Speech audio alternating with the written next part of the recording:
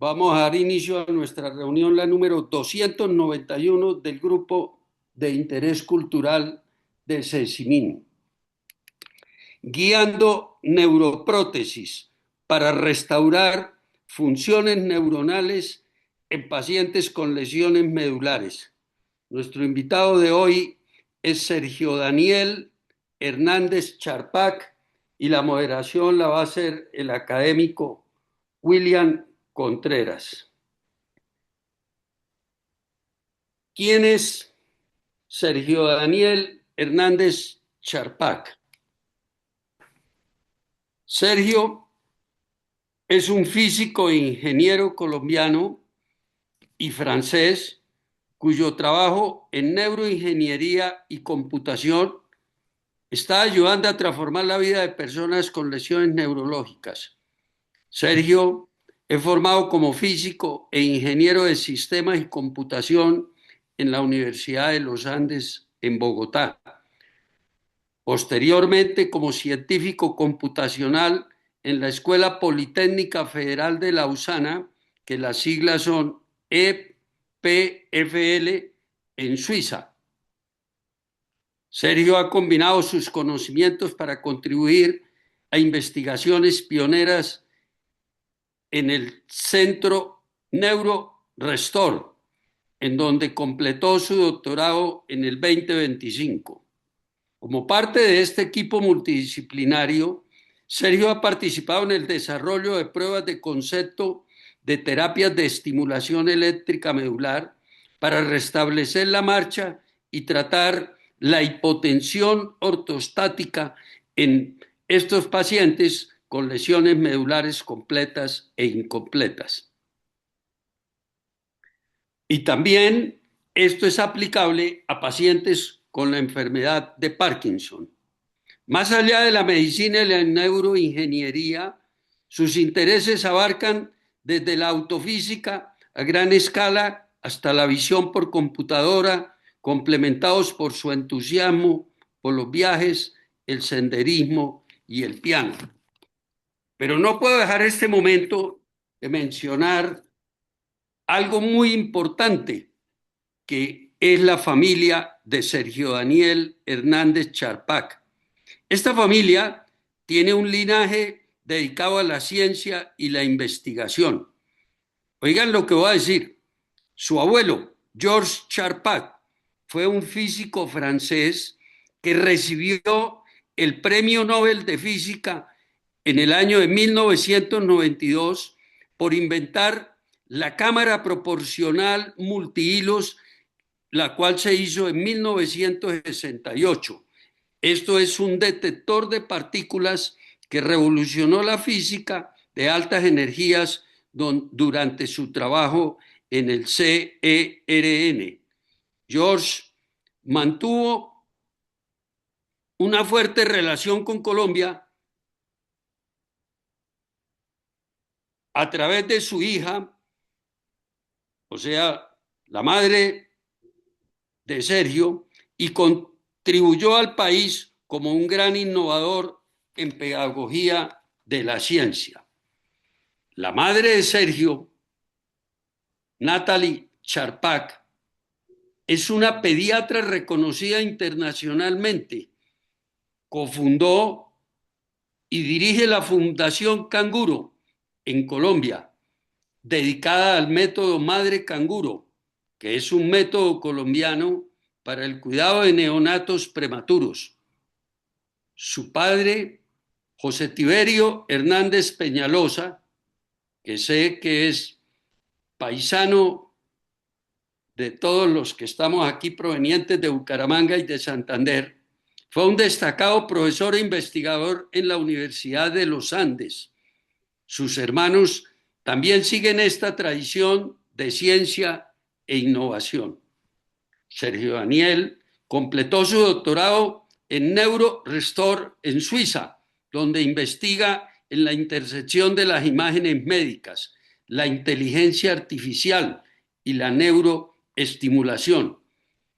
Tras obtener un máster en la EFPL y graduarse como físico e ingeniero de sistemas en la Universidad de los Andes, la familia participa en la Fundación Charpak, que busca promover el desarrollo del espíritu científico como uno de los valores esenciales para gobernar los grandes desafíos de nuestro tiempo. Sergio, ¿verdad que es un orgullo para nosotros colombianos saber que un colombiano tiene o tuvo como abuelo a un premio Nobel en física? También Luca Lucía, ¿me ayudas? Es que se perdió y Muchas gracias por esa Un introducción. minutico, hago la presentación de quien nos va a hacer la moderación, Ah, claro. el académico William, esta es que es la otra, la del académico William Contreras. Yo pido disculpas porque hoy me hackearon mi WhatsApp y estoy aquí con algo prestado y por eso, bueno, muy bien, ya. Hoy nos va a hacer la moderación William Omar Contreras López, que es académico. William es neurocirujano e investigador, trabajó en trasplante neuronal en humanos con Huntington en Freiburgo, Alemania, y es coautor del descubrimiento de 6 moléculas potencialmente neuroprotectoras para la enfermedad de Parkinson. Esta fue una de las razones importantes por las cuales decidí que fuera el que hiciera la moderación en el día de hoy. William es creador del Parkinson Sounds, organizador de Ping Pong Parkinson Colombia. William lidera el grupo de investigación NEMOT, es autor del libro Genios en la Mente y realiza microdiálisis cerebral y estimulación cerebral profunda, así como lesiones en circuitos emocionales para el tratamiento de trastornos del comportamiento refractarios a manejos farmacológicos. William es presidente del capítulo Colombia de la International Neuromodulation Society. Trabaja en estimulación cerebral y medular invasiva. William realizó la primera cirugía intraútero para espina bífida por endoscopia en el país y es innovador en realidad aumentada y marcadores para enfermedades neurodegenerativas, profesor universitario de la UNAP en Bucaramanga y tiene 100 artículos en PubMed. Dentro de sus hobbies es baterista y actualmente trabaja en hacer interpretaciones de la actividad eléctrica de los ganglios basales, produciendo música a través de la electrofisiología. Entonces, hoy tenemos a dos ligas mayores en este excelente conversatorio que creo y estoy seguro que nos va a dejar eh, conceptos muy importantes, sobre todo lo que se está investigando y avanzando en algo, que es el dolor de cabeza para todos aquellos que hacemos cirugía de columna, que son los pacientes que nos llegan con cuadriplegia o paraplegia ya instaurada, donde hasta ahora la ciencia no nos ha permitido hacer reconstrucción de médula. Por eso es muy importante que oigamos todos los planteamientos de Sergio en qué va esta investigación para poderles dar a estos pacientes movilidad y pues todo lo que se puede ganar en la regeneración con lo que nos va a plantear. Entonces, yo quisiera pasarle la palabra a William para que él nos haga algunos comentarios y después oímos a nuestro invitado especial, Sergio Hernández Charpak. Muchas gracias, Sergio y William, por aceptar esta invitación. A todos los asistentes, ya en este momento tenemos un buen número y bueno, tenemos un tiempo suficiente para oírlo y después para hacer comentarios, preguntas y sacar conclusiones importantes. William, tienes la palabra. Maestro, es un placer saludarte, saludarlos a todos. Buenas noches. Gracias por acompañarnos en esta sesión dedicada a uno de los mayores desafíos aún no resueltos de la neurociencia clínica, las lesiones medulares y la posibilidad real de restaurar funciones mediante estimulación eléctrica y neurotecnología. Hablar de lesión medular es hablar de una deuda histórica de la humanidad. Vivimos en una era en la que hemos enviado naves a Marte, secuenciado el genoma humano, desarrollado inteligencia artificial capaz de aprender. Sin embargo, todavía no hemos logrado algo profundamente humano: reconectar el cerebro con el cuerpo cuando la médula espinal se lesiona. La médula espinal es una estructura extraordinaria y al mismo tiempo extremadamente frágil. Tiene un diámetro aproximado de 1 centímetro, similar al grosor de un dedo meñique. En ese pequeño espacio viajan millones de fibras nerviosas responsables del movimiento, la sensibilidad, el control de esfínteres, la función sexual y la marcha. Cuando esta estructura se interrumpe, el impacto no es solo neurológico, es vital. Una lesión medular cambia la vida de una persona de forma abrupta.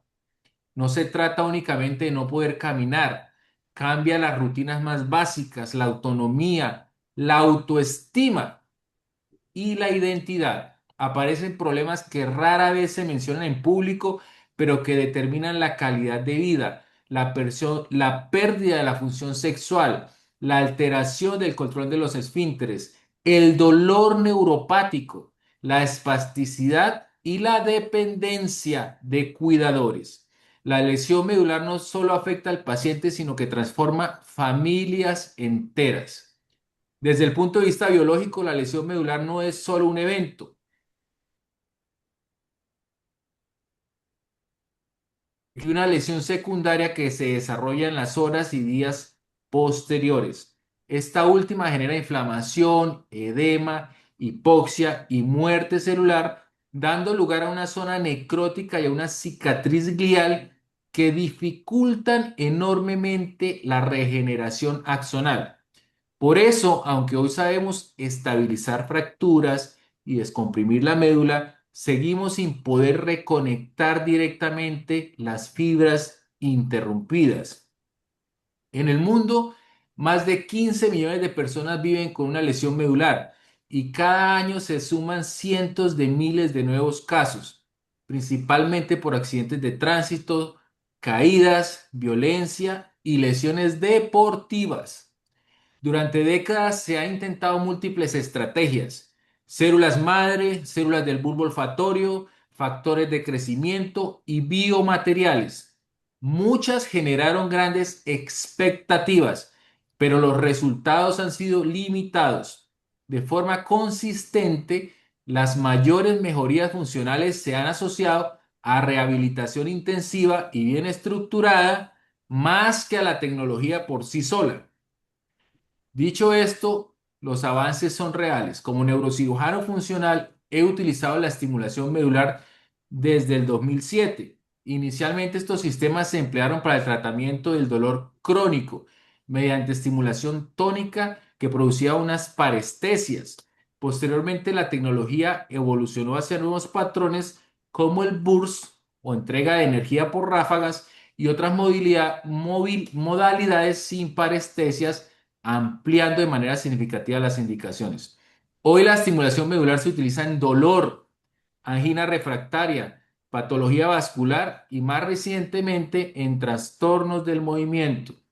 En nuestro propio trabajo clínico y académico hemos empleado estimulación medular en pacientes con enfermedad de Parkinson, demostrando que la estimulación a nivel torácico, particularmente alrededor de T1, puede mejorar la marcha y reducir el freezing de la marcha, y esto lo hemos publicado, está publicado en la literatura. Esto nos lleva al corazón de la charla de hoy. Los implantes de estimulación eléctrica medular ya no se conciben solo como una terapia paliativa, sino como una plataforma capaz de interactuar con circuitos espinales complejos.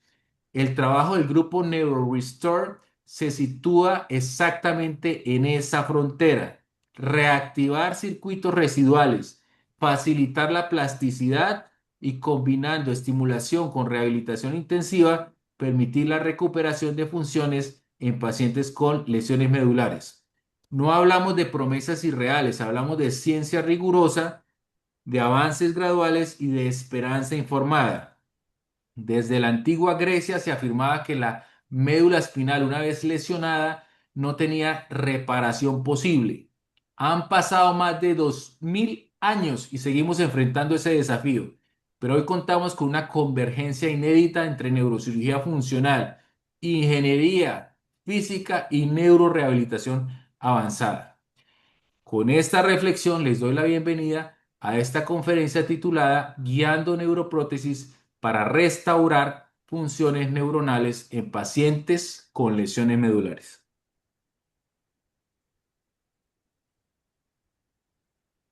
Muchas gracias. Eh, una introducción súper completa. Les voy a compartir mi pantalla, así pueden ver. Y eh, voy a repetir algunas cosas que ustedes acaban de mencionar. Espero que no se aburran. Eh, aquí en esta presentación estoy hablando de lesiones medulares y en el laboratorio también trabajamos con la enfermedad de Parkinson, pero pues no lo estoy presentando en esta charla. Eh, Sin embargo, el trabajo de cómo estamos guiando las neuroprótesis es equivalente. Entonces, siendo así, bienvenidos. Uh, Acá. Y entonces, sí, yo vengo de Colombia y Francia y estoy viviendo en Suiza, en Lausanne. Y me llamo Sergio Daniel Hernández Charpak. Entonces, para seguir, soy nieto de Georges Charpak, que obtuvo el premio Nobel en 1992 en física. Y acá para darles una introducción súper rápida de por qué se lo dieron, él inventó la cámara multiproporcional de hilos, que básicamente eran hilos cargados con electricidad, con un voltaje, y cuando pasaba una partícula cargada, una partícula de alta energía, en la partícula ionizaba el gas que está entre los cables y eso hacía que se liberaban electrones que iban y chocaban con estos cables cargados y ese pequeño choque podía ser detectado con computadores. Y eso era en 1968 y eso permitió una nueva generación de detectores de partículas que podían ser procesados con computadores. Y bueno, esa es la lección de física del día. Luego también me llamo Hernández, entonces Hernández como mi papá, José Tiberio, que fue profesor de Ingeniería de Sistemas y Computación en la Universidad de los Andes, y Charpak como mi mamá, que cofundó la Fundación Canguro y que lidera la investigación sobre el método Madre Canguro, que es colombiano. Y si quieren saber más en detalle, los invito a ir a la página internet. Luego, luego de mis estudios en Colombia, yo llegué a Suiza a seguir estudiando y acabo de completar mi doctorado en el laboratorio NeuroRestore, liderado por los profesores Grégoire Courtin y Jocelyne Bloch. Grégoire Courtin lleva más de 20 años trabajando en el tema de la estimulación eléctrica de la médula espinal y de la regeneración del tejido.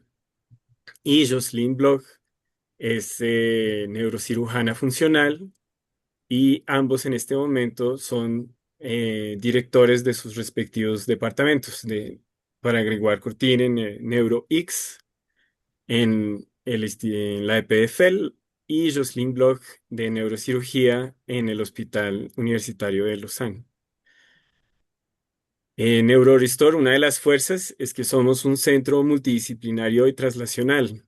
Quiere decir que investigamos desde mecanismos fundamentales en modelos preclínicos, hacemos traslación en primates y luego pruebas de concepto clínicas que luego pueden ser transformadas en ensayos clínicos ya de una escala más alta que hacemos en colaboración con una compañía llamada Onward Medical.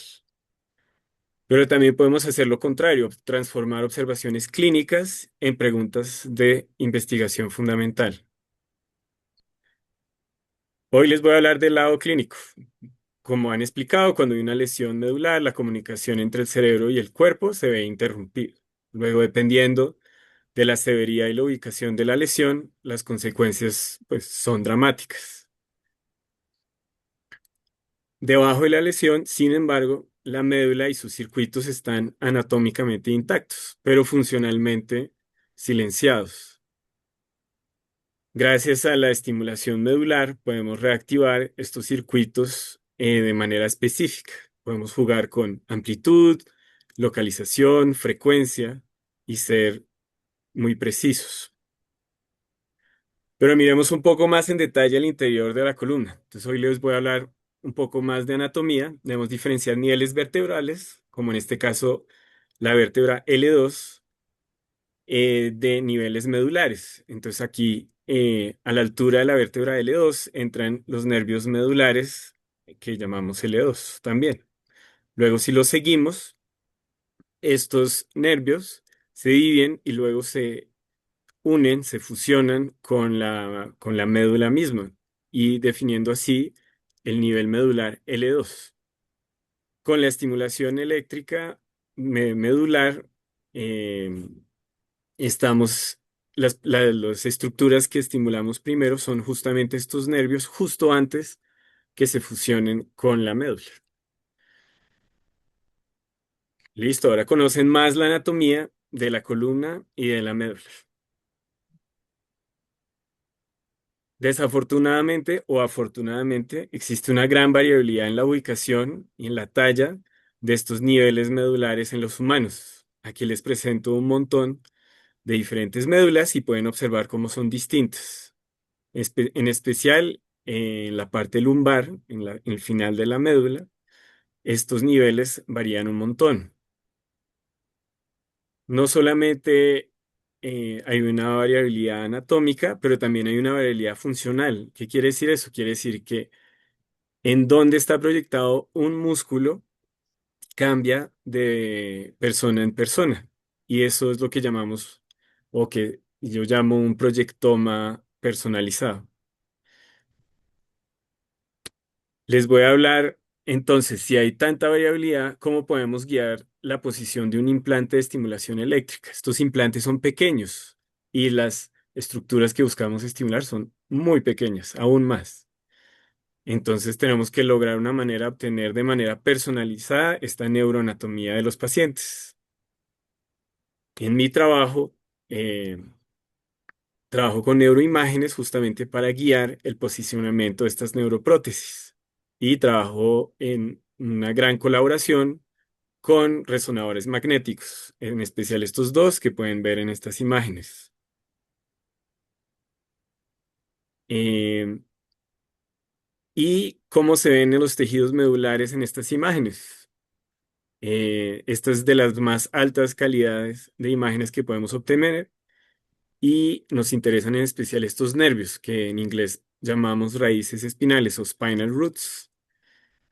Y estos son extremadamente pequeños, de diámetro de menos de 1 milímetro. Y gracias a estas imágenes justamente logramos observarlos. Hoy les voy a hablar además de resonancias funcionales de la médula lumbar. ¿Qué quiere decir eso? Quiere decir que cogimos pacientes y les estiramos la pierna. Hicimos una tarea pasiva y también vibramos el tendón de algunos de sus músculos. Mientras hacíamos eso, se activaban los usos musculares o los muscle spindles y estos mensajes viajaban por fibras propioceptivas en los nervios en la parte dorsal y se proyectaban directamente en la médula de interneuronas y motoneuronas. Y gracias al resonador intentamos justamente detectar esta actividad. ¿Cómo se ve eso? Aquí en esta imagen puede ver cuando logramos una activación significativa de una de estas tareas. En este caso, una tarea pasiva. Estiramos el músculo del cuádriceps en un paciente y pudimos observar que estaba proyectado a la altura del nervio L3. Eso nos permite saber eh, de manera personalizada cómo sus músculos se están proyectando en su propia médula y cómo eso se diferencia justamente de la literatura. En especial, este paciente tenía dos músculos que estaban invertidos verticalmente comparado a lo que se observaba en la literatura. Hicimos eso también en personas sanas y creamos eh, una herramienta para justamente interpretar y poder obtener de manera personalizada cómo estos músculos se proyectan a estas médulas. Luego, gracias a métodos de inteligencia artificial, podemos encontrar los tejidos de manera personalizada y construir rápidamente modelos computacionales a partir de estas resonancias y los escáneres. Esto nos ha permitido lograr construir una librería de médulas que podemos consultar para resolver la pregunta de cómo escoger y en dónde colocar y planificar la cirugía. Para eso podemos probar en simulaciones el efecto de cada uno de los implantes disponibles en distintas posiciones y así lograr encontrar el mejor implante en la mejor posición. Luego, esta posición es ajustada durante la cirugía con respuestas funcionales intraquirúrgicas obtenidas en el momento. Uno de los métodos de inteligencia artificial que estamos explorando es eh, recoger una imagen del resonador, mascararla, esconder 75% de la imagen y a partir del 25% restante, eh, entrenar una red neuronal para reconstruir el resto de la imagen. Haciendo esto logramos entrenar un modelo que encuentra lo que llamamos un espacio latente de características significativas. Y luego podemos entrenar modelos específicos, por ejemplo, para reconstruir la calidad de la imagen cuando justamente se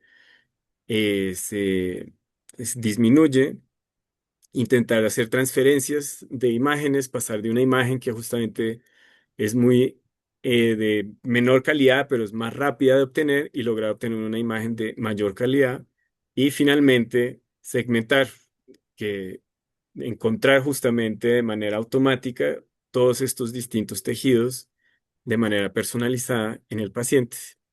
Y al hacer esto, logramos automatizar y hacer que construir estos modelos y planificar estas cirugías sea más rápido, más automático y al final de la historia más accesible y más económico. Gracias al trabajo colectivo enorme, ya más de 10 pacientes parapléjicos han podido participar en estudios clínicos mezclando estimulación y una rehabilitación muy intensa con el fin de recuperar la marcha. Gracias a la estimulación muy precisa, podemos activar músculos específicos y reproducir patrones de caminado. Pueden ver en el video que las estimulaciones son controladas por sensores exteriores que inician las secuencias predefinidas. Esto resulta en movimientos que, aunque funcionen, no parecen muy naturales. Para poder lograr un control más natural, en el laboratorio hemos desarrollado el puente digital para el control de la estimulación. Este puente lee señales del cerebro y estas señales son decodificadas por algoritmos de inteligencia artificial para el control de la estimulación. Quiere decir que hay un implante encima del cerebro en vez del cráneo y desde ese implante leemos señales del cerebro. Este proyecto lo lideró Andrea Galvez, que pueden ver acá, que también es colombiana y por eso pueden ver que tiene un sombrero volteado.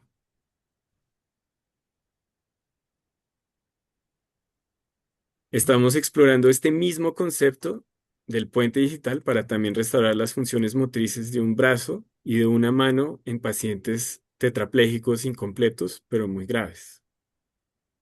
Para ello, le pedimos a los pacientes de intentar hacer movimientos específicos del brazo dentro del resonador.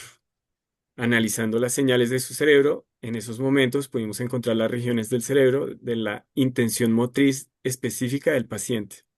Estos nos permiten guiar el posicionamiento del implante cerebral. Podemos entonces, gracias a las simulaciones del implante de la médula, construir una librería de estimulaciones para poder activar el brazo y la mano del paciente. Al iniciar el estudio, acá pueden ver el participante no puede agarrar con su mano y su brazo el cubo. Es una de estas pruebas estándares. Gracias al puente digital y a la rehabilitación intensa, el paciente recuperó funciones motrices. Estos resultados aún no reflejan un cambio funcional de la vida de este paciente y en general de los pacientes. Sin embargo, nos están dando las bases para una futura terapia. Las funciones motrices, como bien lo introdujeron, son solo la punta del iceberg. Hay problemas sistémicos que tienen un gran impacto en la calidad de vida de las personas con lesión medular y también de la enfermedad de Parkinson. Uno de estos problemas, en general subestimados, es la hipotensión ortostática. Ay, listo. La hipotensión ortostática, para los que no la conocen, se traduce como una presión arterial que baja drásticamente cuando la persona se verticaliza. Estos individuos no pueden ni sentarse en periodos largos de tiempo. En general, pasan el día extremadamente cansados. Acá pueden ver que esta participante duró menos de 3 minutos verticalizada. Gracias al modelado personalizado, eh, pude preparar visualizaciones para preparar las cirugías para 15 participantes. Gracias. Uy, no funciona el video. Uy, bueno. Estos modelos justamente lograron guiar los implantes y pudimos estimular de manera exitosa en la zona baja torácica en estos 15 pacientes. Acá pueden ver cómo la participante ahora puede estar verticalizada por largos periodos de tiempo. En este caso, pudo estar 10 minutos o más verticalizada sin que su presión sanguínea baje. Esto involucró un mejoramiento radical en sus calidades de vida. Y gracias a este estudio exitoso, se está preparando el primer estudio clínico a gran escala para estudiar esta estimulación en varios centros y cómo puede lograr ser una terapia para ofrecerle a los individuos que sufren de la presión ortostática. Ahora les voy a hablar un poquito de cómo podemos también utilizar la inteligencia artificial para optimizar protocolos de estimulación. Anteriormente, para estimular, uy, acá tuve un problema técnico. Listo. En el pasado, para optimizar una estimulación, se requerían muchos expertos. En este momento se puede ver como el experto, este caso el profesor Curtin, intentan varias estimulaciones, intentan encontrar la mejor para un músculo en específico. Gracias a mucho trabajo, hemos logrado ya obtener algo de datos y tener un número significativo de estimulaciones únicas repartidas en varios pacientes. Y acá les voy a mostrar cómo justamente se pueden usar métodos de inteligencia artificial para tratar de predecir actividad muscular a partir de estimulación.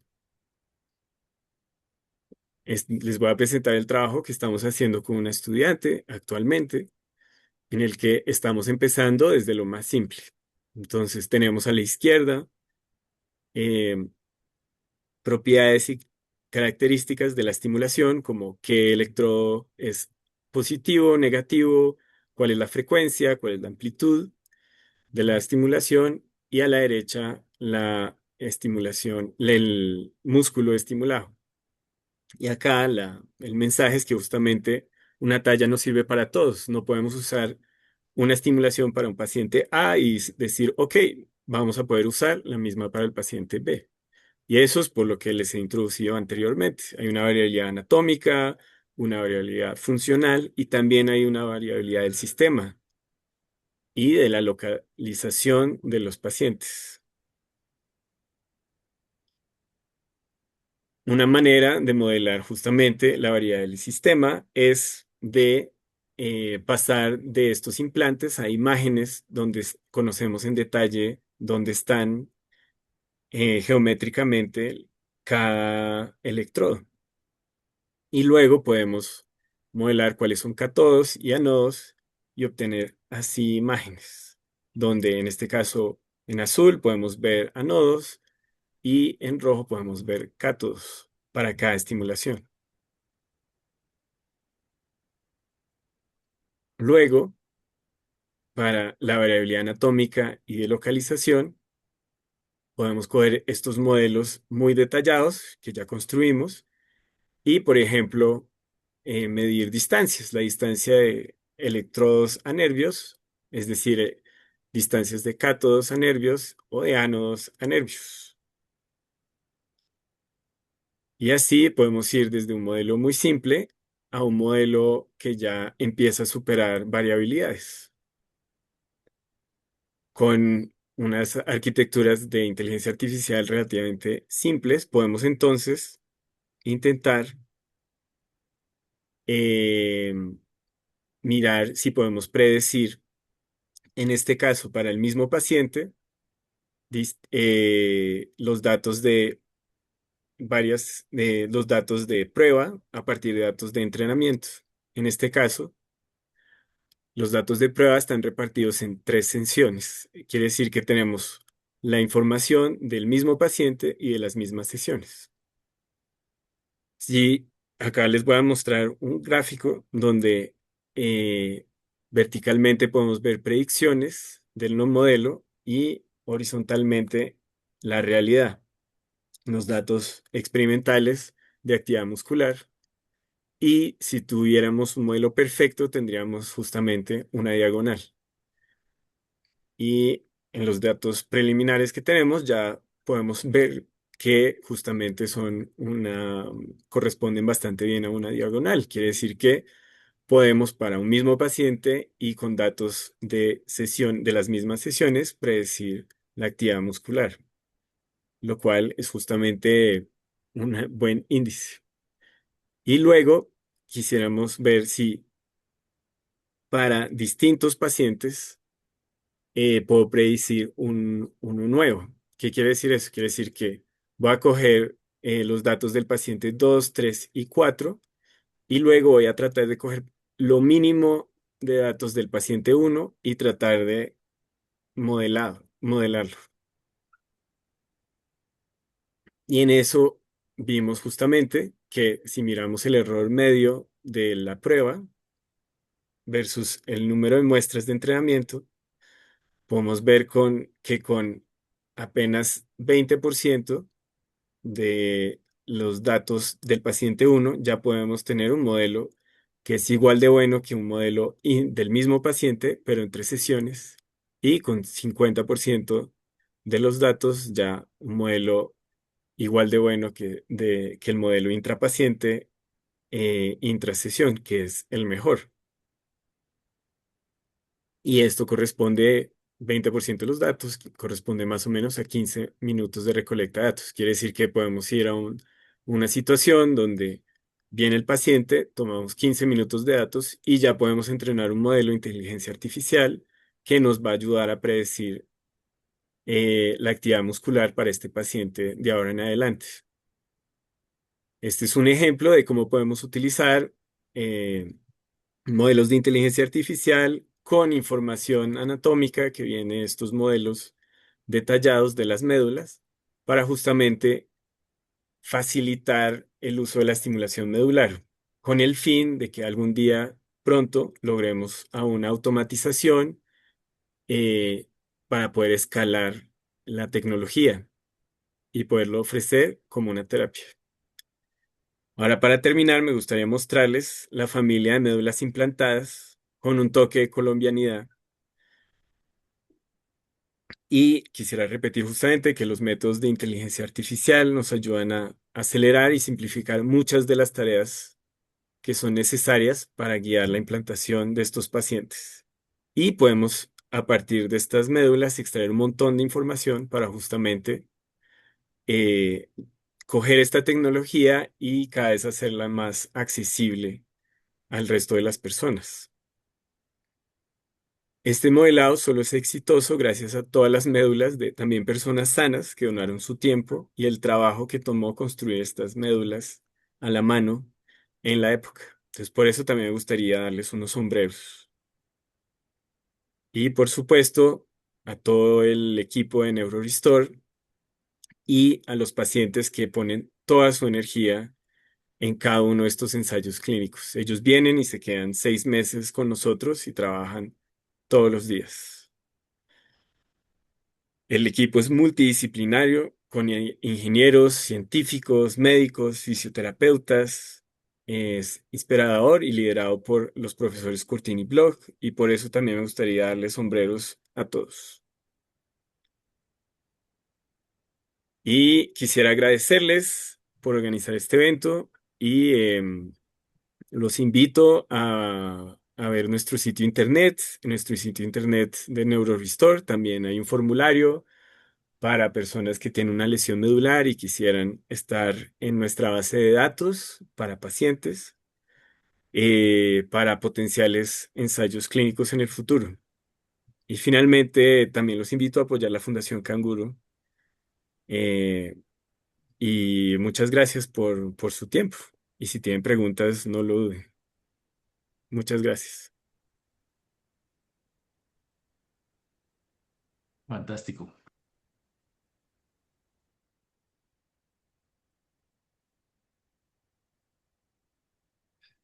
Doctor Jorge, ¿quiere decir algo? Sergio, fantástico. Qué imágenes tan impresionantes. Qué trabajo tan espectacular. Todo Saludos, esto buenas. que sea custom made, me parece impresionante. Felicitaciones. Oh, William, pues solamente puedo felicitar nuevamente a Sergio, eh, algo que mostrado con esta disciplina y rigurosidad académica, podemos deducir que va por el camino que es la seriedad. Yo tengo una serie de preguntas a Sergio, no sé, William, si tú quieras hacer algunos comentarios y las preguntas mías son muy prácticas. La primera es, ¿cuánto tiempo llevan, Sergio, desde que iniciaron esta investigación? Segundo, ¿de dónde obtienen los recursos para todo esto? Porque pues no creo que solamente sean del Estado, de la industria. Tercero, eh, el paciente que lleva el implante con más tiempo, ¿cuándo fue? Y cuarto, eh, ¿cómo, cómo es la escogencia de los pacientes? Digamos, ¿tienen algún tiempo después de la lesión como máximo para que ingresen al estudio? Es decir, 2, 3 años, porque todo eso va muy relacionado en lo que puede ser la recuperación. Y por último, algo pues práctico. Hoy, en dólares, ¿cuánto sería el costo de que un paciente ingrese allá y se le haga todo esto, que por lo que vi son mínimo 6 meses de estar allá internado para poder hacer todo muy bien hecho y rigurosamente? Entonces, no sé, son preguntas muy prácticas sobre todo lo que ha sido el desarrollo de esto y por última, ¿tú cuánto tiempo llevas integrado al equipo? Gracias, Ah, esa era William, muy amable. sí, te las puedo contestar. Eh, pues los profesores Gregoire Curtin y Jocelyn Bloch llevan pues más de 20 años trabajando en esto. El profesor Curtin lleva más de 20 años trabajando desde los ratones hasta los humanos y él le pone 1000% de su energía. Y la profesora Block, fue pionera en el uso de la estimulación cerebral profunda en la enfermedad de Parkinson y ella empezó esta colaboración con el profesor Curtin desde el 2015 más o menos. O sea, ya llevan más de 10 años y han sido muy activos y han logrado recolectar muchos fondos de convocatorias internacionales, convocatorias internas de Suiza y activamente, pues esta parte de buscar recursos, ellos no paran, digamos. Como una de sus actividades principales es encontrar los recursos para lograr que esto funcione y han sido muy buenos en eso. Los invito a ver, ellos tienen unas charlas que están en internet y pues lo hacen muy bien.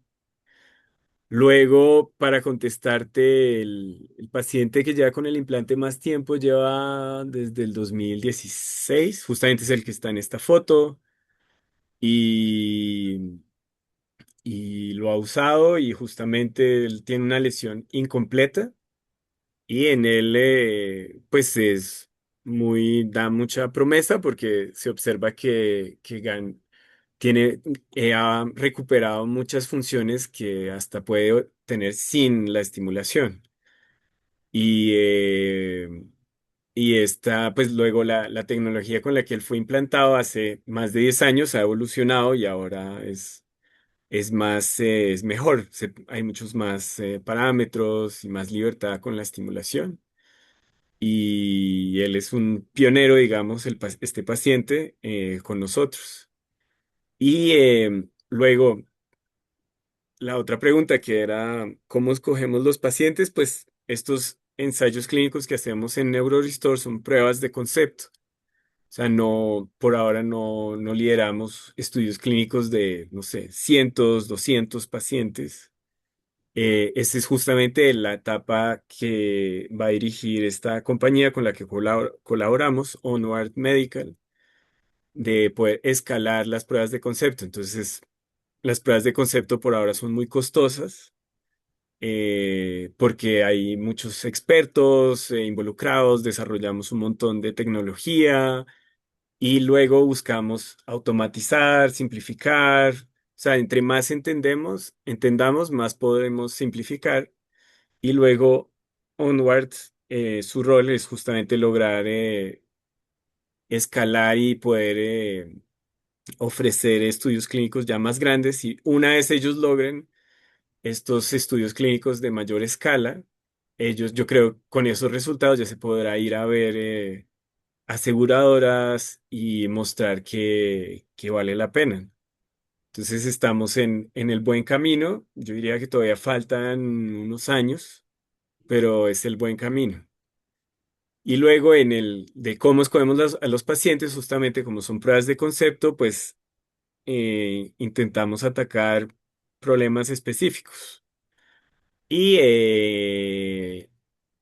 y entonces, por ejemplo, para el estudio, la prueba de concepto para mover el brazo, estamos buscando pacientes con una lesión medular grave, pero no completa. eh, y entonces hace que la búsqueda de participantes no sea tan simple. Pero digamos, tenemos un participante para la presión arterial, para ese estudio clínico, y él lleva con su lesión más de 30 años, creo, y todo bien. Entonces, por ahora, de verdad depende del estudio clínico, la prueba de concepto que estemos trabajando en el momento, pues escogemos los pacientes muy específicos para el problema que buscamos investigar. Y bueno, creo que la respondí, ¿no?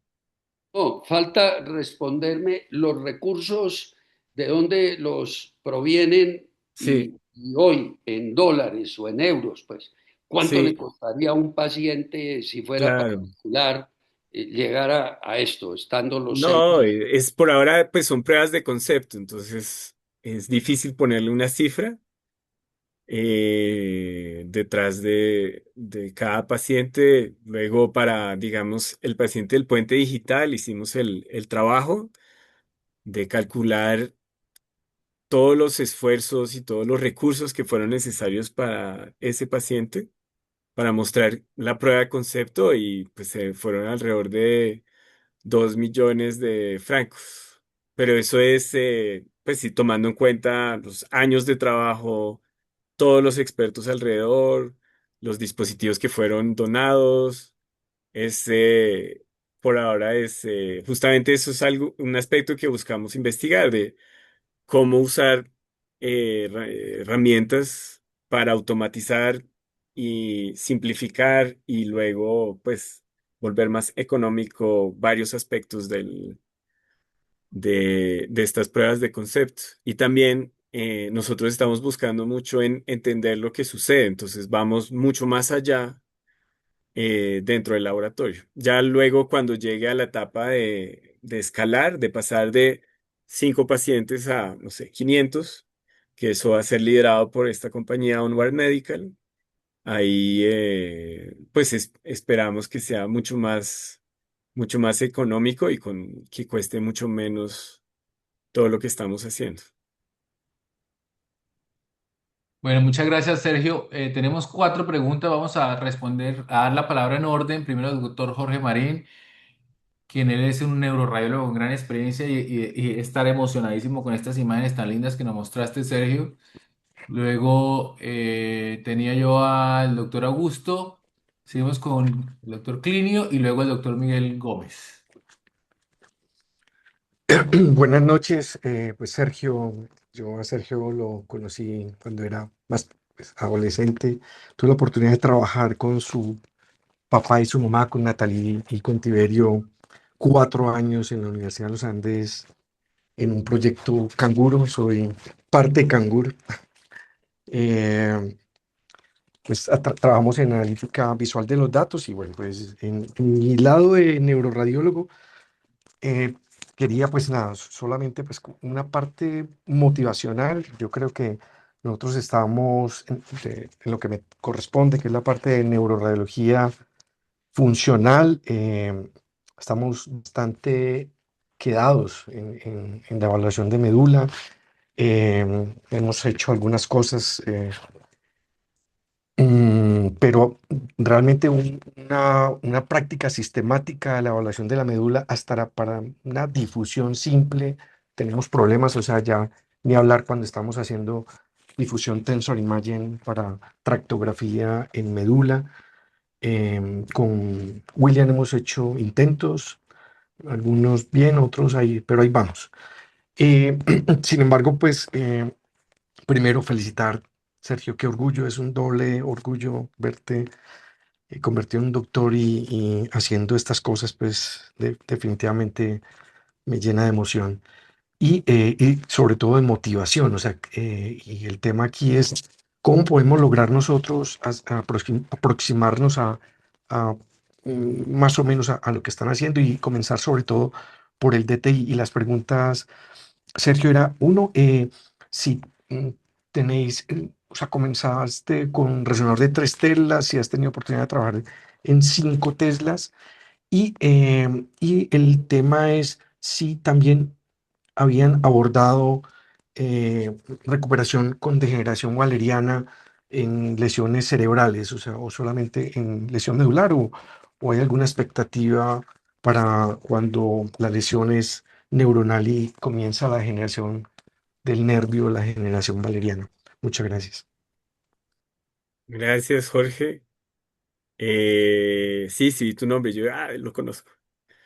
Em, sí, no, para contestarte, entonces, los resonadores que mostré en las fotos son de 3 Teslas, que pues se ha convertido es como el estándar internacional. También pude trabajar con resonadores de 1.5, sobre todo para los pacientes de la enfermedad de Parkinson, porque muchos ya tenían implantes y por razones de compatibilidad y seguridad, tomábamos las imágenes con 1.5 Teslas. No he podido trabajar con el de 5 Teslas, que es el de los chinos, de United Imaging, pero pude hacer unos ensayos en uno de 7 Teslas de Siemens y lo que vimos es que hay muchas cosas que se aumenta la resolución, pero también aumenta el ruido y muchos elementos que ya existen para el 3T, como antenas y pues muchas mejorías de software, todavía no existen para el 7T. Pero esa es toda un área de investigación. Luego para el DTI, yo hice algunos ensayos, pero no fueron también no logramos tanta resolución, porque es complicado, las cosas se mueven, las estructuras son muy chiquitas.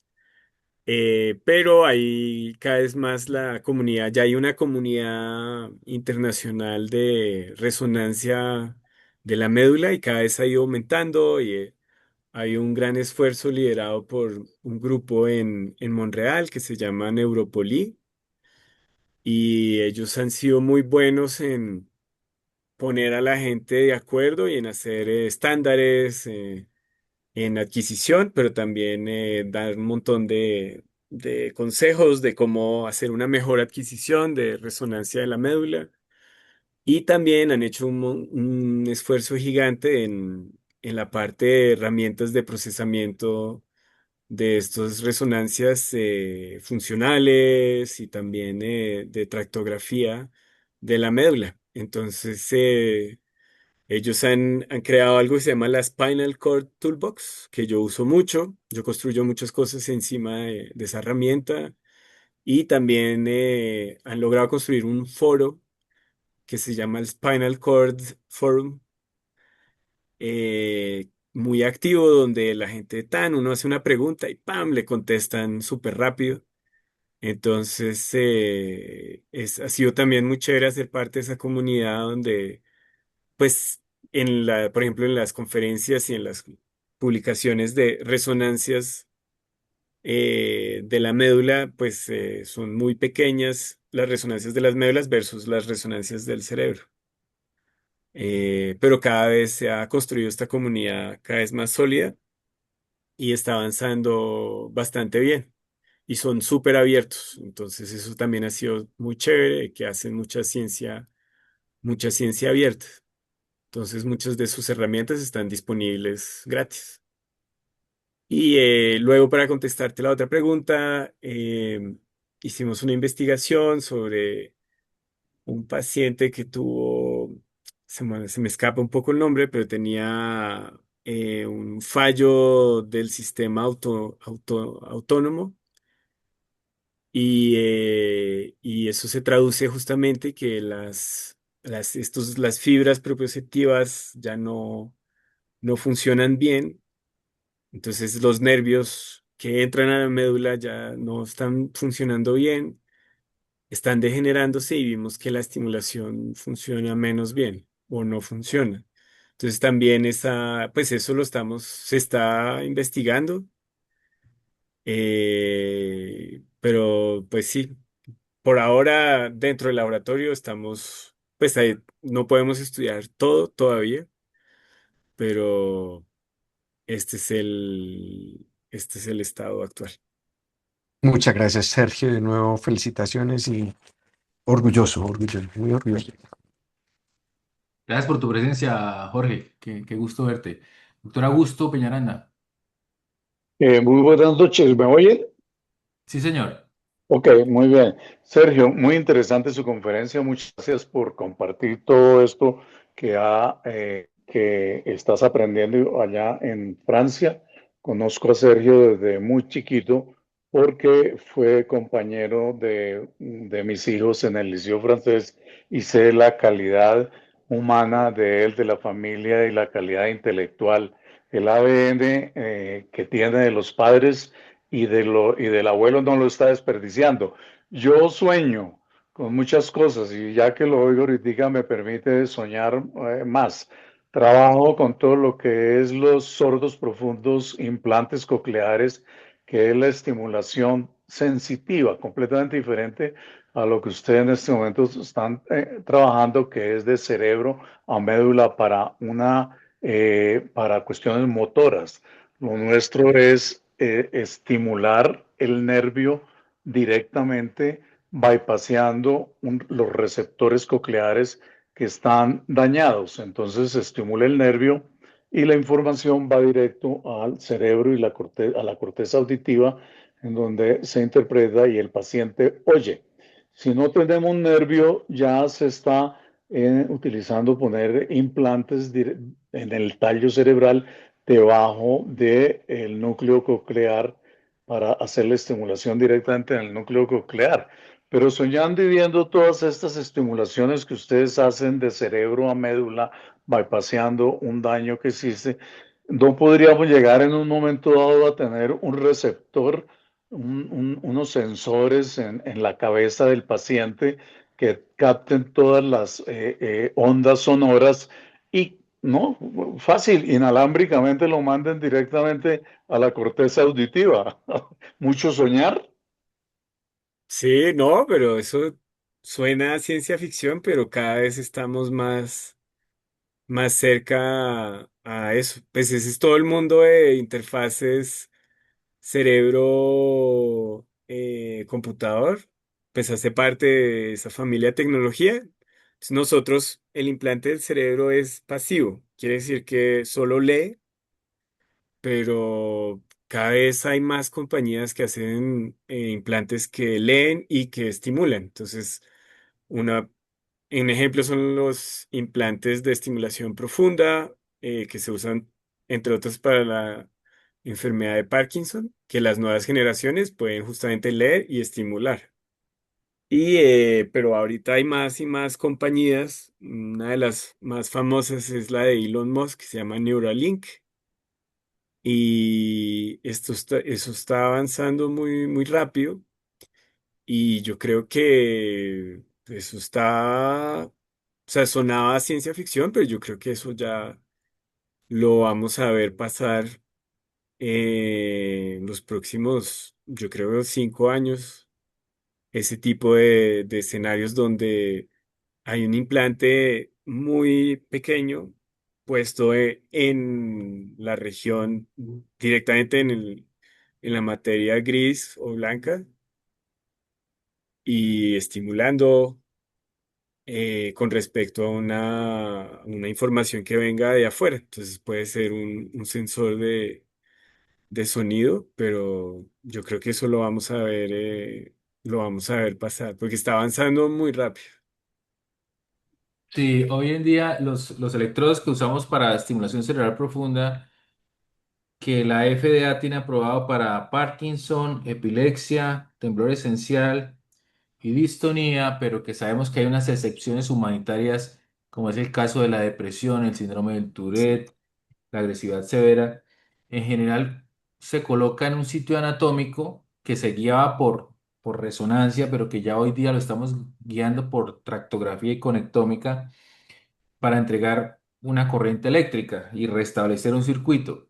Ya existen hoy electrodos que te miden lo que se llaman los local field potentials para saber cuándo una neurona o un grupo de neuronas, por ejemplo, están botando un tipo de actividad eléctrica que llamamos beta, que es anormal, y en ese momento se entrega la corriente. O sea, ya no estamos entregando corriente 24/7, sino en el momento del día en que necesita el paciente. Entonces, este tipo de sensores ya los estamos utilizando. Por supuesto, necesitan evolucionar más, pero claro, estamos en los early times de la estimulación cerebral profunda y todo lo que viene es impresionante. Sí, también Eh, toda la parte algorítmica de esas señales, cómo vienen y cómo las decodificamos y las interpretamos. Eso también estamos en una era donde hay cada vez más y más y más datos libres y gratis y están ahí en Internet. Investigadores las comparten y de repente podemos hacer investigación no solo con los datos que logramos recolectar acá, sino con los datos de todo el mundo. Y podemos pasar de tener, no sé, 10 pacientes a de repente tenemos datos de 10.000. Y entonces eso logramos ya poder entrenar algoritmos más avanzados y más potentes para justamente interpretar estas señales cada vez mejor. Y yo creo que también estamos en una era donde eso está empezando a suceder ahora y los grandes, las grandes compañías también de tecnologías están invirtiendo en esto, como Facebook, Meta, Google, ya están cada vez más metiéndose en este tema. Y entonces yo creo que vamos a presenciar también eso, cómo va a evolucionar. Próximamente, Ortomac. Sí. Bueno, veo que el doctor Jorge Marín quiere hacer un comentario y seguimos entonces como estábamos con el doctor Clinio y el doctor Miguel Gómez. Saludos, buenas. Felicitar al doctor Sergio por su exponencia. Yo soy neurocirujano de la República Dominicana. Yo vengo del Hospital Traumatológico, docente universitario, doctor Darío Contreras. Y en mi país, nosotros tenemos la segunda tasa de mortalidad por accidente de tránsito de toda Latinoamérica. Y de 20 pacientes que tenemos ingresados, de 8 a 10 son pacientes con trauma craneoencefálico o trauma vertebromedular, ya sean completo o incompleto. Entonces, mi pregunta es la siguiente. Un paciente que tenga un trauma craneoencefálico, por ejemplo, en área motora, porque todos los movimientos comienzan acá. Entonces, si tiene concomitante, una combinación también de un trauma vertebromedular, estos pacientes califican o al futuro calificarían para la estimulación medular. Eh, Encantado. Yo diría, mm, pues teóricamente sí, con tal de que la región que buscamos estimular con la estimulación medular esté intacta. O sea, que la lesión no sea en la región crucial. Eh, en teoría sí, sí, se podría. Luego, pues en nuestras pruebas de concepto, pues como son pruebas de concepto, por ahora arrancamos por el tipo pues, de pacientes que solo tienen una lesión medular, por ahora. Entonces yo diría, eso pues, requiere investigar cómo se podría adaptar la tecnología para esos casos, pues mucho más, pues más severos aún, eh, en un futuro ensayo clínico. De acuerdo, gracias. Sí, la estimulación múltiple está descrita, ¿no? Y el acostumbramiento a la estimulación también. Entonces, un efecto benéfico que se había ganado inicialmente se puede perder en el tiempo y se requiere muchas veces un implante en otra área anatómica para volver a ganar eso que se está perdiendo. Miguel, por favor. Sí, buenas noches. ¿Me están oyendo bien? Perfecto. Bueno, lo primero, Sergio, te voy a pedir un favor, es que quiero visualizarte bien. Tienes Ah, atrás un foco y perdón. tengo problemas con la visualización. Eso, gracias. Felicitaciones, Sergio. Mira, yo, igual que tú, salí de Colombia.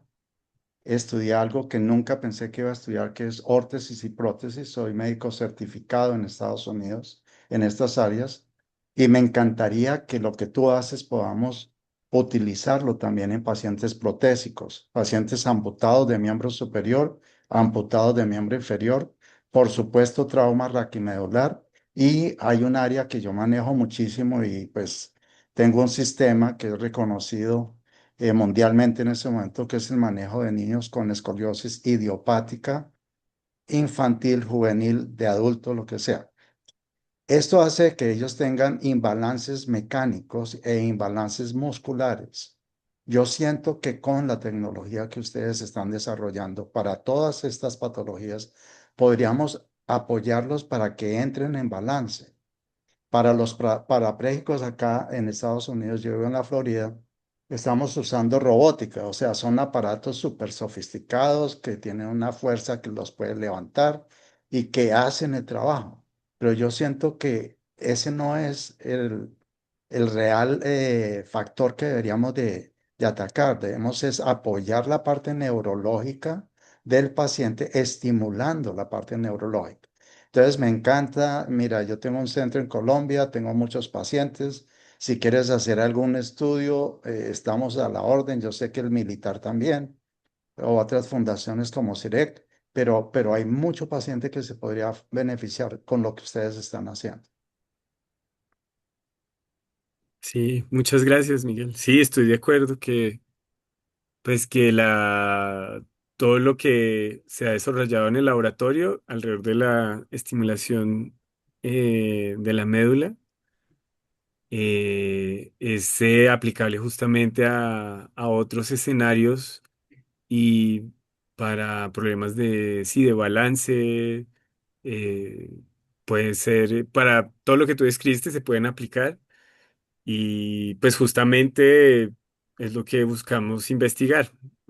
Por ejemplo, en la enfermedad de Parkinson hay uno de los ensayos clínicos actualmente es para ver cómo justamente se puede mejorar los problemas de la marcha, todos los que describiste, si usando la estimulación medular se pueden mejorar.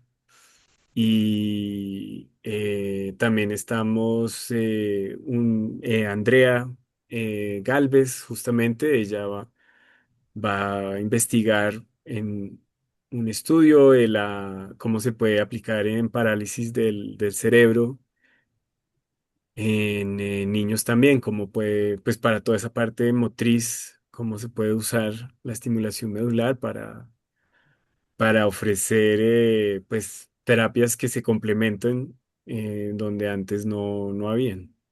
Yo siento, perdone que te Sí, interrumpa, siento que hasta el momento lo que estamos tratando de hacer es inmovilizar áreas del cuerpo que se están deformando. Pero mm, no debería ser así. Deberíamos es de interactuar con los músculos que están débiles para poder potencializarlos y ponerlos en balance con los otros músculos. Entonces, yo llevo 40 años tratando niños con escoliosis, me ha ido muy bien, estoy muy contento, pero no siento que ese sea el manejo adecuado para esos niños. O sea, yo siento que es la parte muscular que va a dar balance muscular, alineación global y segmentaria de los diferentes sistemas del cuerpo y lo más importante es que sean estables para el resto de su vida, sin depender de elementos externos. Entonces, pienso Sí, que de verdad ustedes tienen la sartén por el mango. Lo importante es que nos apoyen también en poder sí, ofrecer esto. sí, sí, sí. No, y lo que hemos observado es por ejemplo, este paciente que tiene una lesión incompleta, es que sí él recuperó ciertas funciones que antes no tenía sin la estimulación, gracias a toda la rehabilitación y al uso de la estimulación que tuvo. Sin embargo, en pacientes de lesión completa que tuvimos y que vieron en los videos, no es el caso. O sea, ya esos cuando la lesión es muy completa, aunque usen y usen la estimulación, no, sin la estimulación no recuperan funciones. Mm, Entonces parece que el hecho que hayan fibras que queden alrededor de la lesión, y que se use justamente la estimulación y los músculos y toda esa interacción que describes, juega un rol que beneficia un montón el paciente. Y cuando ya no hay fibras, pues es otro problema. sí, gracias. Lo último, acá en Estados Unidos ya está, la FDA ya autorizó un sistema que se llama Altios. No sé si sabes de qué se trata. Es para el manejo del dolor post quirúrgico en pacientes protésicos, o sea, dolor de miembro fantasma o dolor residual. Entonces, esta área también se puede manejar para dolor, que me parece muy interesante. Bueno, era eso. De verdad, muchas gracias. Excelente conferencia y que nos visites más en Colombia. Ah, muchas gracias. No, yo muy feliz de estar acá, por supuesto, y visitar a mis Bueno, papás. eso. Bueno, gracias. Yesid, Muy buenas tardes a todos. Primero que todo, pues, darle las gracias al maestro Jorge Felipe Ramírez por a través de ese simín que nos tiene acostumbrados a unos temas muy selectos, con unos conocimientos muy interesantes. Por otro lado, felicitar también al doctor William, felicitar al doctor Sergio por esa investigación, su aporte y su dedicación. Me presento, soy médico neurocirujano. Trabajo acá en la ciudad de Valledupar, Cesar, Colombia. Tengo varias preguntitas. La primera, este, pude entender que el doctor Sergio comentaba que no necesariamente era imprescindible pues un teslaje alto, ¿no? En los resonadores, ya que hay una tendencia lógica y tal vez errada a pensar que mientras más teslas, pues mejor definición de imagen, y resulta que ya veo que no es tan así. Veo que ha trabajado con un resonador de 3 teslas. Mi pregunta es la siguiente. En Colombia hay solamente acá en la zona un resonador de 3 teslas en Barranquilla. Por lo general todos son de 1,5 y algo menos. La pregunta es, depende, para nosotros poder tener ese tipo de tecnología, necesitamos un resonador de 3 teslas o un software. Esa es la primera pregunta. La segunda pregunta. ¿Qué hacer con un paciente parapléjico que tiene una lesión medular completa? ¿Sí? Y que esa es la segunda pregunta. La tercera pregunta, ¿qué se le puede ofrecer al paciente parapléjico en Colombia cuando se dispone de esa tecnología en Europa de las cuales ustedes hacen uso? ¿Sí? Y con nuestros pacientes acá, pudiendo ser nosotros un puente, por ejemplo, entre la tecnología que ustedes aportan y nuestros pacientes acá en Colombia, ¿sí? Porque es que suena muy bonito y es muy hermoso para los que nos gusta este tema o los que nos interesamos por el paciente parapléjico, que sabemos que es un paciente que queda al olvido, y la comorbilidad que acompaña a ese paciente es impresionante. Entonces, queremos ofertarle algo. Tengo más o menos unos treinta y tantos, casi los 40 pacientes con patología espinal completa, ya que, pues, como muy bien lo decía el colega que está en Orlando, en Estados Unidos, pues, ya que no podemos reparar la médula, pues bueno, por lo menos le ofertamos, le damos algo mecánico que lo pueda mover, solamente que, pues, eso es una tecnología que también involucra un costo alto, ¿no? Pues eso es lo que estamos haciendo junto con la Universidad de Cartagena, con la Universidad de Pamplona y con la Universidad Garavito de Bogotá. Estamos en la elaboración de un exoesqueleto. Pero esto pues también es una opción, me parece mucho más fisiológica y pues que integra no solamente la parte del receptor, la parte de la vía motora, la vía sensitiva, el uso neuromuscular, ¿no? Y veo que el doctor Sergio lo apasiona mucho esa estimulación continua de ese arco motor que es tan importante, ¿no? ¿Qué me puede responder, doctor Sergio, doctor William? Muchas gracias. Em, entonces, sí, para contestarte a la primera pregunta con respecto al resonador, las imágenes que yo mostré en la presentación son de 3 Teslas y la parte, pues, de resonancia funcional, así sea del cerebro y de la médula, que desarrollé, es en 3 Teslas también. Luego, para la parte anatómica, sí hicimos pruebas en 1.5 Teslas y logramos imágenes muy similares donde se pueden ver justamente los nervios y las estructuras que nos interesan, estos niveles medulares. Y, y en general pues toman más tiempo adquirir estas imágenes, pero lo logramos. Y uno de los aspectos que estamos investigando también con inteligencia artificial es algoritmos que nos permitan a pasar sí, con una imagen de bajos Teslas, de por ejemplo 1.5, podemos, gracias al algoritmo, inferir o hacer como una traslación a una imagen de 3 Teslas. Eso es algo pues, que estamos investigando y que estamos viendo qué tan factible es.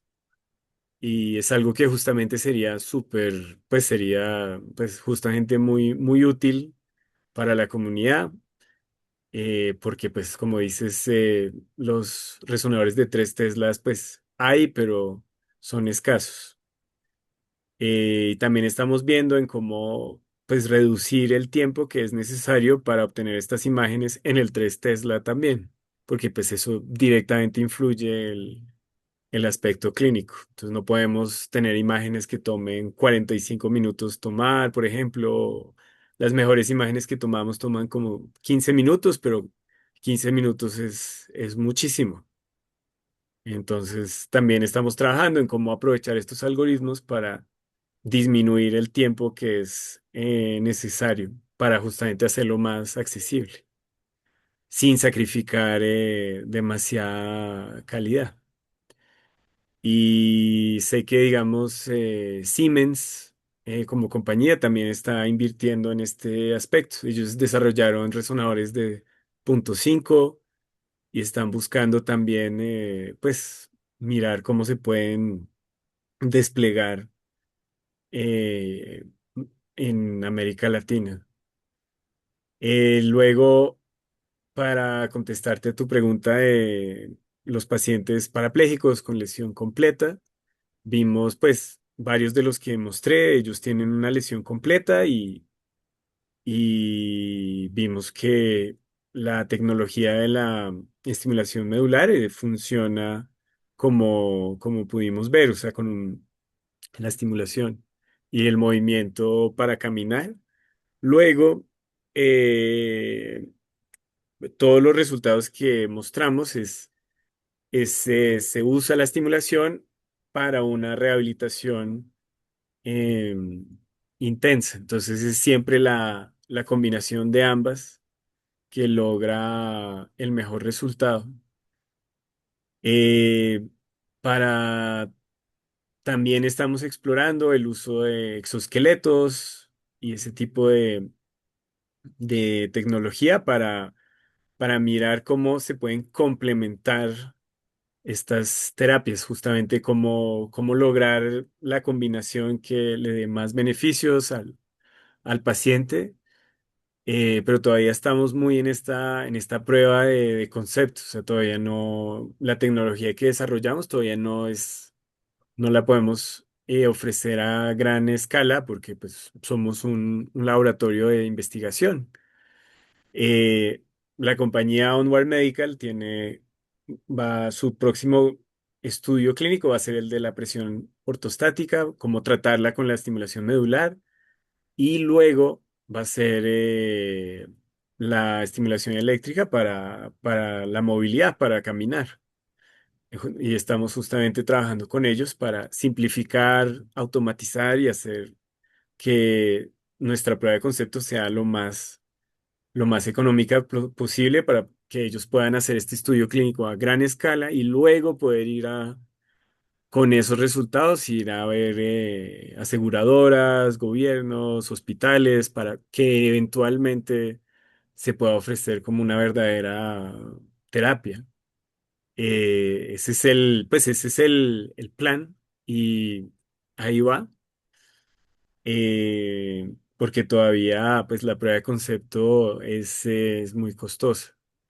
Y a estos pacientes que tú tienes, pues yo diría que pues nosotros estamos tratando siempre de tener esta base de datos creciendo y lo más completa posible.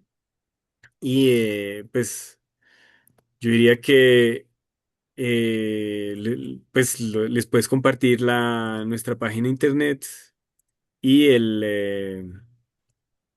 este formulario que está encima, que está en esta página de internet, donde ellos pueden pues llenar lo que les sucedió, el tipo de lesión que tienen, si es completa, incompleta. Y pues nosotros revisamos constantemente esta base de datos, eh, y por ahora pues nos concentramos mucho en pacientes que estén cerca por eh, términos de costos y aseguradoras, porque pues por ahora desarrollamos pruebas de concepto relativamente grandes pero pequeñas, ¿sí? Como 5 pacientes, 3 pacientes.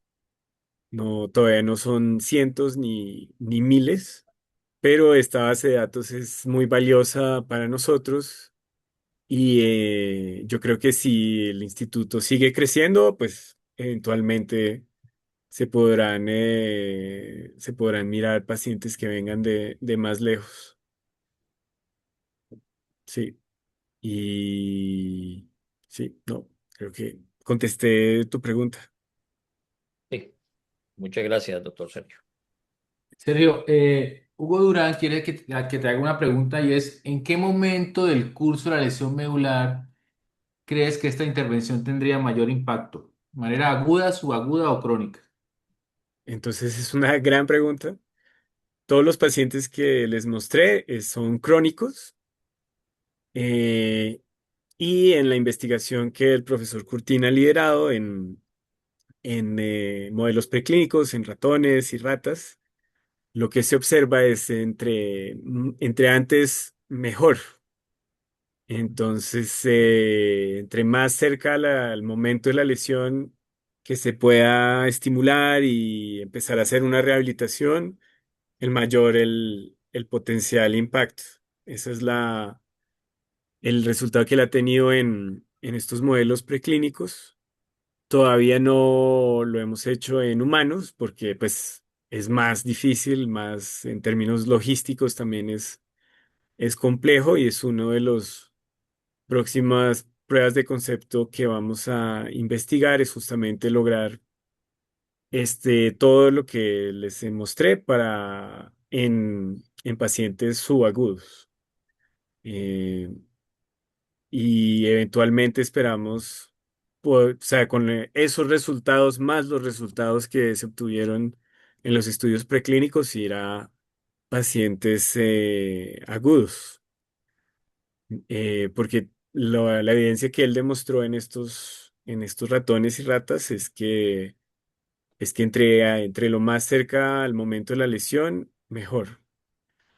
En el laboratorio, él está liderando todo un entendimiento de qué es lo que sucede ya a nivel de neuronas individuales, a nivel celular, qué es lo que sucede después, justo después de una lesión. Y pues esperamos que todo lo que se está aprendiendo permita pues hacerlo a la mejor, poder obtener los mejores resultados posibles para que se mejoren los pacientes. Pero en términos de estudios clínicos todavía estamos en la etapa crónica.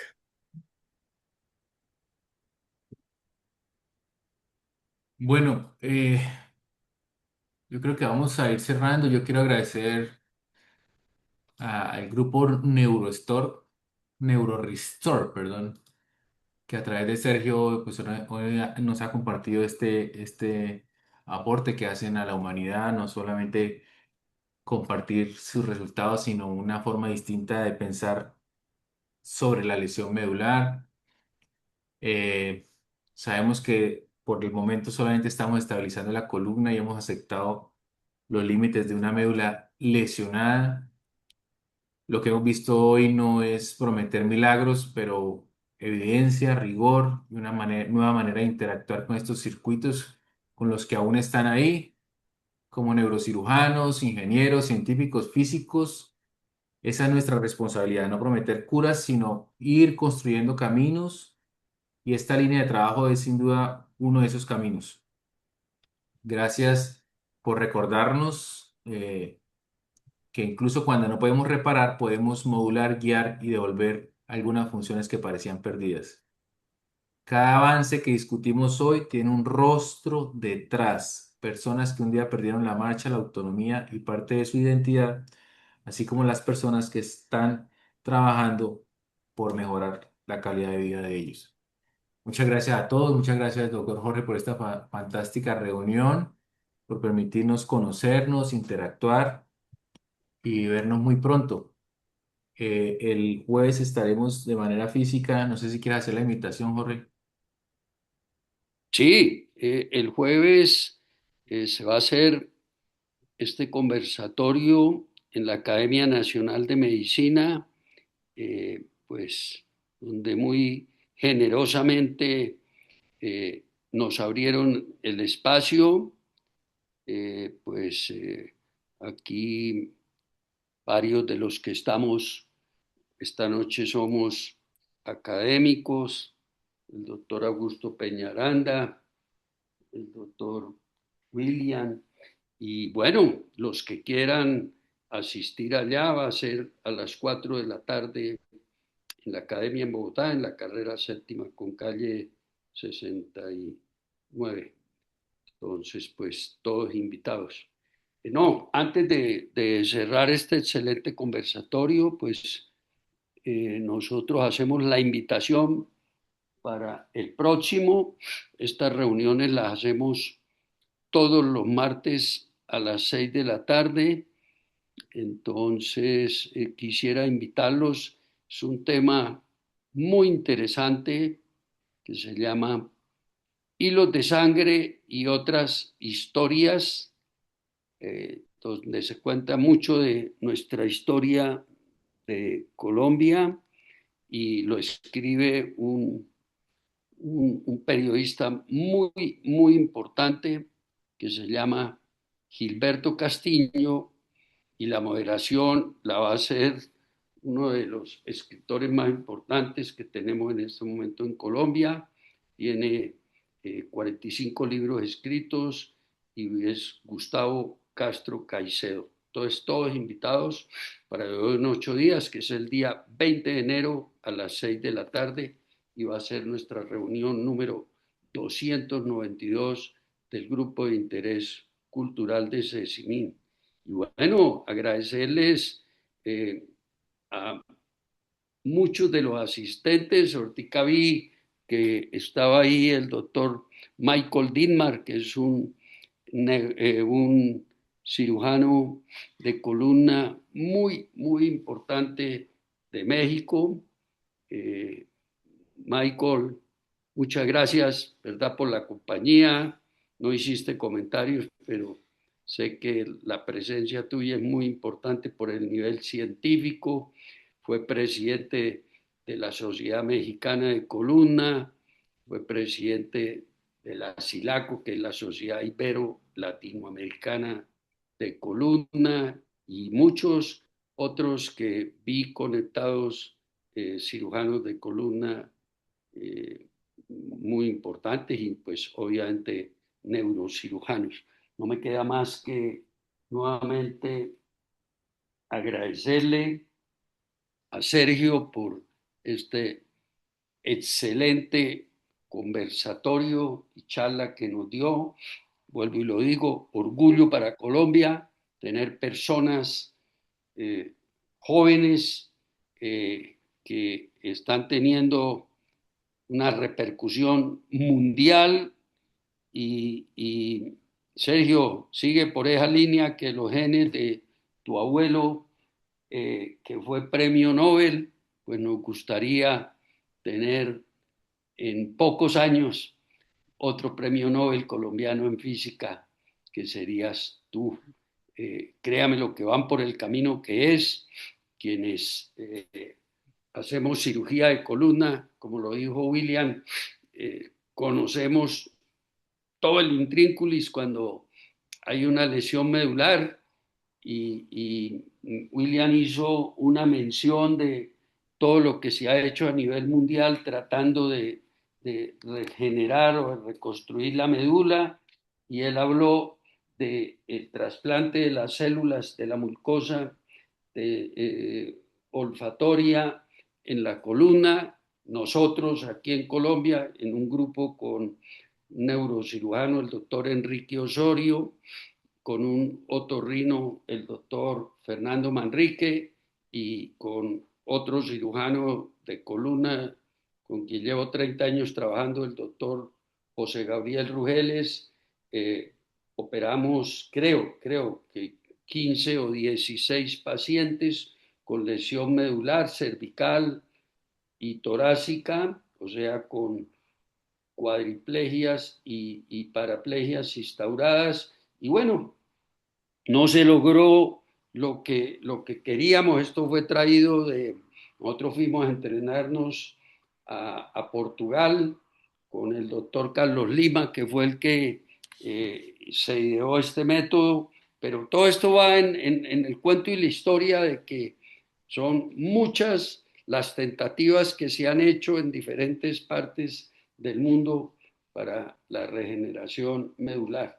Por eso, eh, Sergio, muy, muy importante lo que estás haciendo, la seriedad del grupo donde están trabajando en Lausanne, y esperamos, ojalá en un año, que vuelvas a Colombia a visitar a tus padres, que volverte a invitar y nos cuentes todos los avances que han logrado en este año.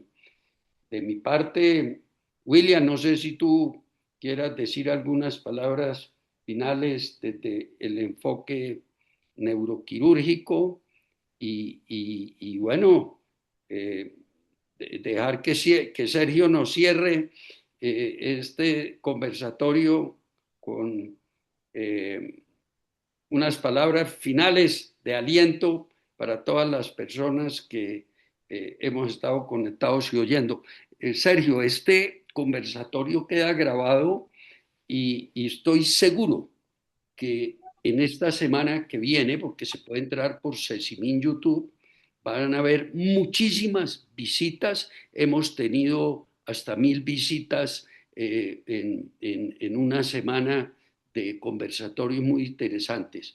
Mucha gente que por algunas razones no pudo conectarse hoy, pero van a estar sabiendo de esto, tanto de médicos como de pacientes o familiares de pacientes que se van a enterar, van a conectarse por Sesimín YouTube y oír este excelente conversatorio.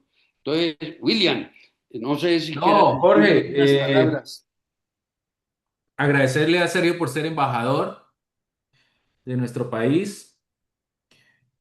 por el tema de los sombreros. Me gustó mucho eh, que si ese sentido de pertenencia al país. Mi única recomendación sería que en las conferencias, además del sombrero y de los dibujitos, también entregara unas hormiguitas culonas. El jueves le llevo unas. A ver cómo le va con eso, Sergio. Sí, sí, yo les siempre llevo allá. Ah, se las va a Ya, comer ya el papá. me conocen porque les llevo hormigas. Ah, bueno, Sí, entonces sí. está la tarea hecha. Sergio, ¿qué Felicitaciones. mensaje final nos dejas? Bueno, William, perdón, te Eh, no, quisiera Nos vemos el decir, jueves. no, dale, dale, Willy. Ah, bueno. No, quisiera decir que, pues, muchas gracias por la invitación. A mí sí me gusta mucho compartir la investigación que he hecho y de la que hago parte. Y los invito a de verdad a ver el trabajo, pues, de los profesores Gregoire Courtine y Jocelyn Bloch, a sus charlas y los artículos que salen del laboratorio, que cada artículo me parece que es espectacular.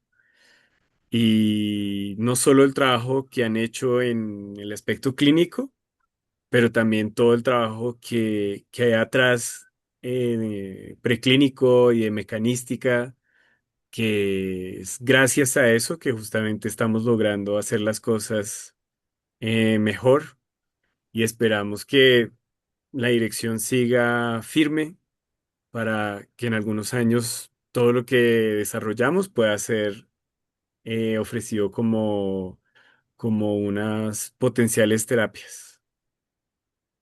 Gracias, Sergio. Y por último, se me olvidó, pero agradecerle al académico, colega y amigo Augusto Peñaranda, que fue quien me dio la referencia de Sergio.